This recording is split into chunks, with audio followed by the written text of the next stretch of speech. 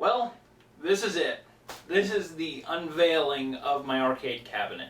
Now, I know I said I was going to have my dad doing this unveil with me, but due to work schedules and living over 100 miles apart, it's been a little difficult. So I was just going to do this. This also is because this is going to be my last video for a little while on here, just due to many different reasons. And but I promised you guys an unveiling, and I know you can see it behind me a little bit. Still kind of draped up, still kind of hidden. And I'm doing this a little bit ahead of schedule simply because I still had one more video to do. It was going to be on the emulator I was using as well as the front end I was using. But I just thought it was time to show this thing off. It's like the 18th, I believe it's the 18th now, and this thing was finished on the 5th. So, you guys want to see this thing? Come on. Let's check this out. So I'm just holding this up by a couple of Game Informers on each side. So it's probably going to rain Game Informers. So I give to you what I call the MAME monster. Hey, they didn't fall. Labor of love, okay? Straight labor of love. This, as I showed you guys in the last couple of videos, was built from an old pole position arcade cabinet. I've kept the bezel so far, or not the bezel, but the marquee so far. It just looks good. Right now it's just being lit by an energy saver light bulb, which really doesn't give the full, you know, it just doesn't have that flare like a normal arcade cabinet does. Doesn't have the neon tube in there. So that's fine for now. I'm going to have my own art marquee, and for no way, shape, or form is this complete. I still have yet to actually light all of the buttons. Still have to get the wire for that. So this is still incomplete, but I thought it was time to show you guys this. So I'll show you guys a little bit of it and we'll play a game on it. Now, first off, see, I still have to get some screws for this. You can see the light shining through. That's actually the computer. These coin doors were severely rusted and just looked awful. A lot of sanding and a lot of primer and paint later. It looked like this. I never got around to doing these, which I may take them off later on. Needs a new thing here. I don't even know the full names for these things, but these actually work. No locks on them, but let me show you something here. I actually got this working. I didn't have the coin mix. So what I did was I took some cardboard off of a cereal box, shaped it into sort of a slot for the coin to come through, run down here onto the micro switch, and it's being hooked up by a couple of Ethernet cords. So that makes the coins actually work. Thing about it is, you can put any type of coins in there, pennies, nickels, dimes, quarters, whatever. But at least I got the flare there. There you go. The cabinet, or the control panel, was made from, I don't remember what kind of wood, unfortunately, but it's 3/4 and hinged up. As you can see, there's a light here. That's actually a button with a light on it here. This is also for the coin, so if I was to hit it, boom, there you go. 1/4. As I said, it is hinged up, so for easy access to the buttons, if I need to rewire something, you saw this in my last video, which there's more wiring in there due to the coin door, and I will show you back in there in a minute. Easy access to those. A couple of quarters I found in the machine when I started tearing it down, so those will stay right there.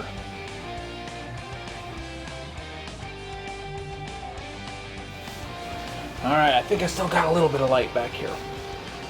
So, we'll just go from here. As you can see, I've got the computer here, opened up.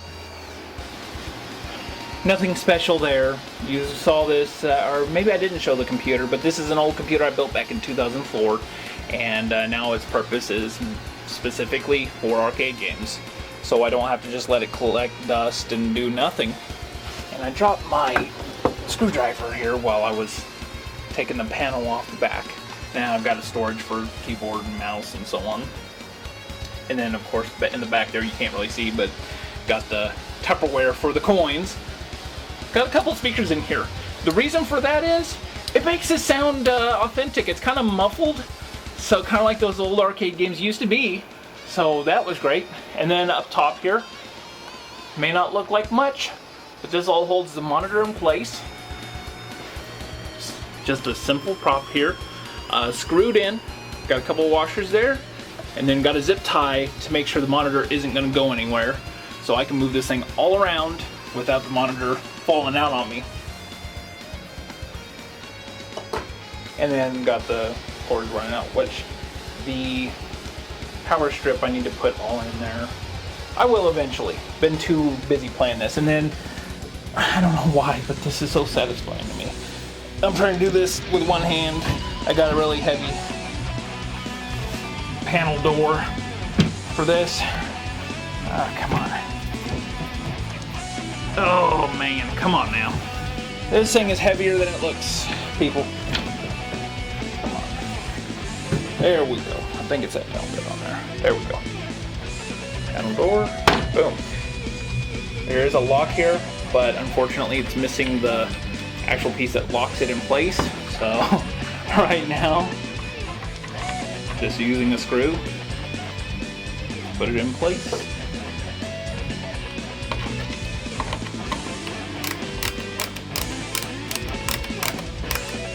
And there you go. But the back of it cleaned up really nicely. Got the vent up there. And that's really it on this. Since I was talking about emulators and front ends, the emulator I'm using is an emulator called MAME, which is Multiple Arcade Machine Emulation or Emulator. Can't remember, don't quote me on that. And the front end I'm using is actually called Maximus Arcade. It's pretty plain and simple, and that's why I chose it. There's another one that's really good. What was it called? Hyperspin. And that's a very flashy front end. Basically, those will start up. You can program them to start up when your computer starts up, and it'll come into lists. You can do that with this too. You can come into your list and you can pick your games. I have all the games here, or I have my favorites I can choose back and forth from. So I've got a lot of great favorites here. Let's see. So pretty much any game you can think of, you can put on here and play. I'm going to go ahead and choose one to show you guys here. What should I show you guys? I've been playing a lot of Time Pilot. Oh, let's see. I'm trying to think which one gets a lot of face time here. I've got a lot of favorites. I spent a lot of time going through, I think, 28,000 files to try to find my top favorites. So, sure. We'll go with Metal Slug. I hit start. Boom. There you go. Loading game. Now that right there, I have it saving a state anytime it leaves, so I can record high scores. Donkey Kong, Galaga, Time Pilot. That's the only way I can save those high scores. So at least I can save them. So basically, insert coin. Why not? Got a quarter. We'll do this old-fashioned since I've been really looking forward to this video. Got a quarter here. That's awesome. That sound is satisfying right there. Start.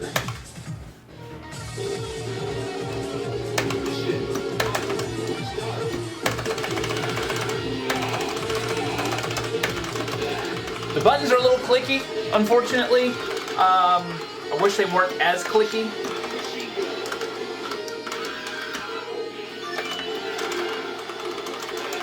You can really notice it when it gets later on at night. Perhaps you don't want it as loud. Time Pilot really gets loud. Galaga. They aren't hat buttons, that's for sure. But there you go.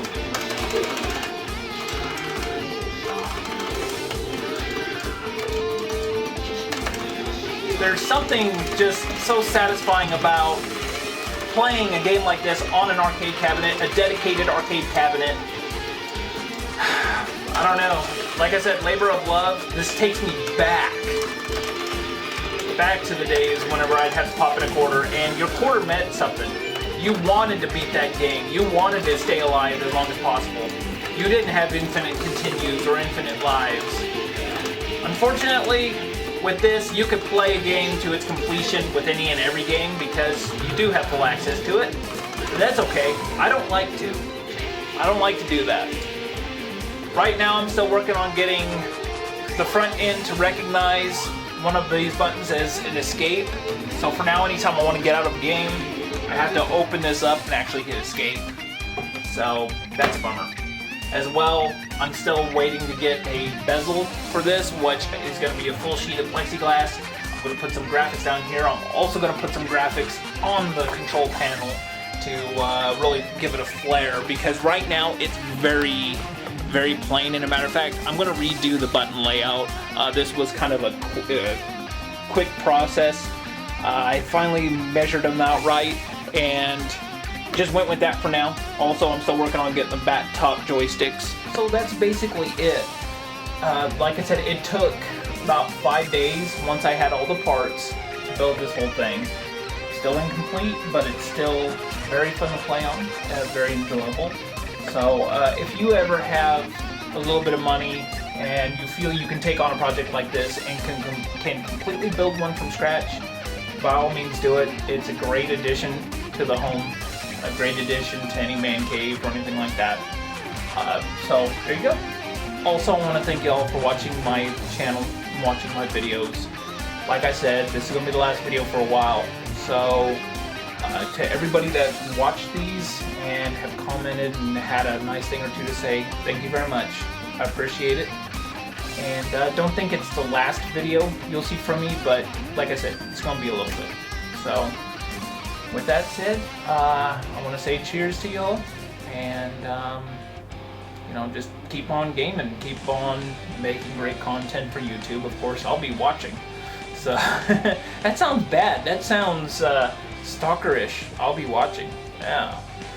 Anyway, thanks for the great content for all of us to view, as well to all of those who make the videos, you know, day by day, and give us something to do. I know I eat breakfast, I eat cereal sitting there watching some of the videos, so it gives me something to do while I'm stuffing my face. So thanks everybody. So I'm gonna get back to it. Cheers everybody.